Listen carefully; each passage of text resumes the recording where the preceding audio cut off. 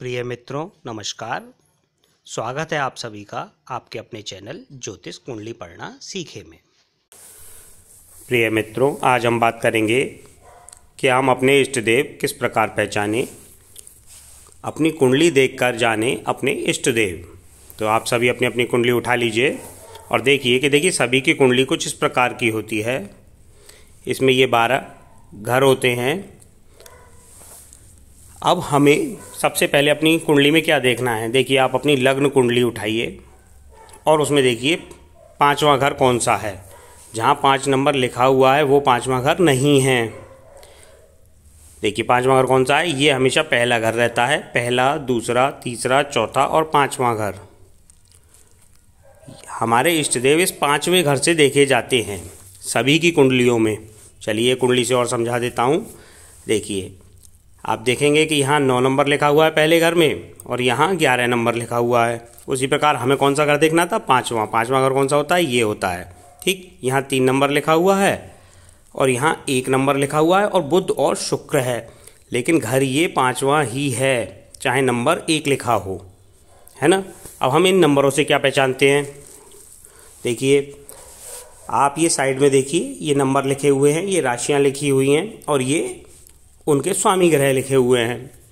हमें जब अपने इष्ट देव पहचानने होते हैं तो हम क्या करते हैं, सबसे पहले देखेंगे। देखिए इस कुंडली में देखते हैं 3 नंबर लिखा हुआ है, तो 3 नंबर से हमने क्या जाना, ये देखिए आप यहाँ 3 नंबर के आगे लिखा है बुध। तो बुध ग्रह के जो देवता होंगे वो हमारे इष्ट देव होंगे। इसी प्रकार देखिए दूसरी कुंडली में देखिए, यहाँ बुध और शुक्र लिखा है। इन ग्रहों से हमें कोई लेना देना नहीं। अभी हमें यदि इष्ट देव देखने हैं तो हमें देखना है कि हमारे 5वां घर जो है उसमें नंबर क्या लिखा हुआ है। देखिए 1 नंबर लिखा हुआ है, तो 1 नंबर का मतलब हो गया मंगल। तो मंगल ग्रह के देवता जो होंगे वो हमारे इष्ट देव होंगे। अब आप कहेंगे कि ग्रह बताए आपने, इष्ट देव कहाँ बताए, उसकी भी हम आगे बात करते हैं। चलिए, लेकिन अगर आपकी कुंडली में ये नंबर नहीं पड़े हुए हैं, आपको बेसिक नॉलेज नहीं है कि जैसे पहला घर हमेशा यही रहता है, पहला, दूसरा, तीसरा, चौथा, 5वां, तो आप मेरे चैनल को सब्सक्राइब कीजिए और शुरू के 6 वीडियो पार्ट 1 से लेकर पार्ट 6 तक देख लीजिए, जिससे आपको बेसिक नॉलेज प्राप्त होगी और आपको छोटी मोटी जानकारी के लिए कहीं जाना नहीं पड़ेगा। आप खुद ही निकाल पाएंगे कि हमें कैसे अपनी कुंडली में देखना है कोई भी चीज़ को।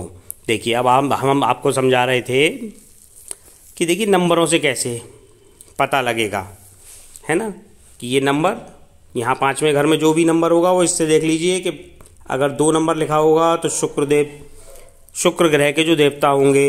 इसी प्रकार आ जाते हैं नीचे, देखिए 11 और 10 नंबर दोनों के आगे शनि लिखा है। उसी प्रकार 9 और 12 के आगे बृहस्पति लिखा है।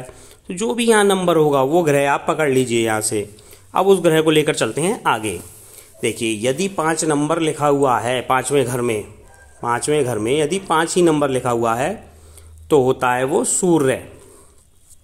सूर्य देव के स्वामी कौन है, विष्णु जी, भगवान विष्णु।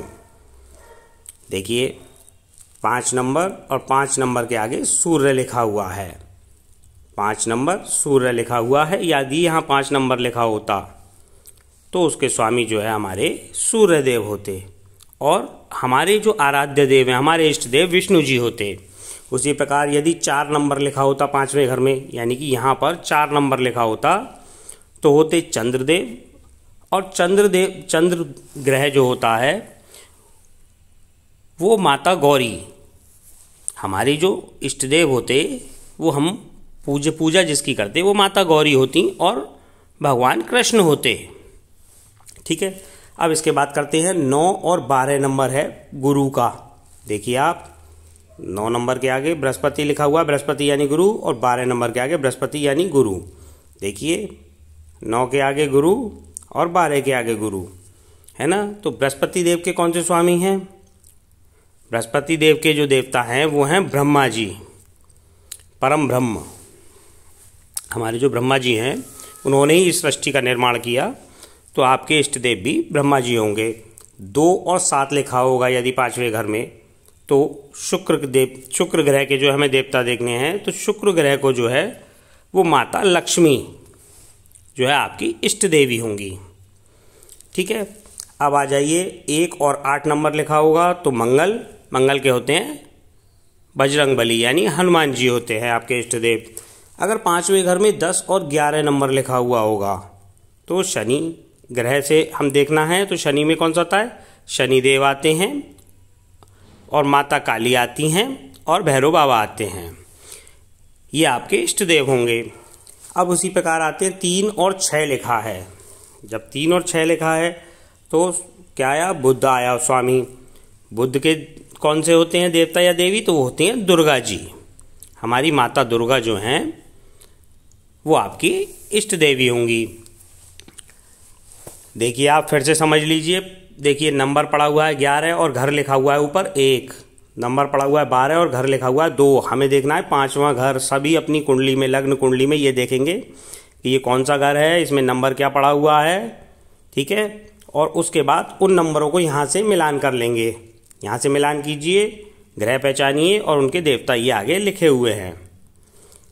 देखिए अगर आप यहाँ से भी नंबर का मिलान कर सकते हैं, ये ग्रह उठाइए और यहाँ पर देख लीजिएगा। तो आशा करता हूँ मेरे द्वारा दी गई जानकारी से आप अपने इष्ट देव को पहचान पाएंगे और अपने जीवन में सफलता प्राप्त करेंगे। मैं फिर से वही कहना चाहूँगा कि यदि आप मेरे चैनल पर नए हैं तो उसे सब्सक्राइब कीजिए और बेल आइकन भी दबा दीजिए। और शुरू के 6 वीडियो तो कम से कम पूरे ध्यान से आपको देखने चाहिए, जिससे कि दुनिया में आपको कोई ठग ना सके, कोई बेवकूफ़ ना बना सके। आपको सारी जानकारी स्वयं में होनी चाहिए। धन्यवाद।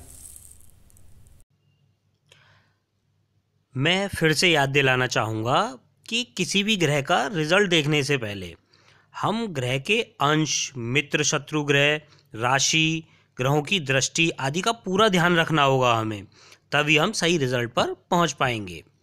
अब हम अगले वीडियो में बात करेंगे दूसरे घर की। दूसरे घर में 9 ग्रह होंगे तो वो कैसा रिजल्ट देंगे। आज इतना ही। धन्यवाद।